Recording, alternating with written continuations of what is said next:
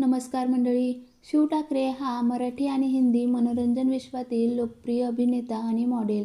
शिवने big boss मराठीच्या दुसऱ्या पर्वाचं विजेतेपद पटकावलं आहे. अशातच शिव ठाकरेने सोशल मीडियावर एक फोटो शेअर केला आणि चाहत्यांना गुड न्यूज दिली.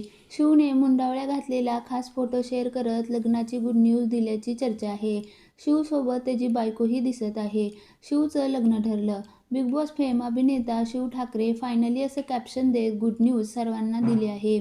शिवनं मुंडावळ्या बांधल्या असून त्याची बायको त्याच्या खांद्यावर डोकं ठेवून लाजताना दिसत आहे. शिवने बायकोचा चेहरा सर्वांना दाखवला नाही. शिवच्या मागे त्याचे मित्रमैत्रीण आणि नातेवाईक आनंदी दिसत आहे.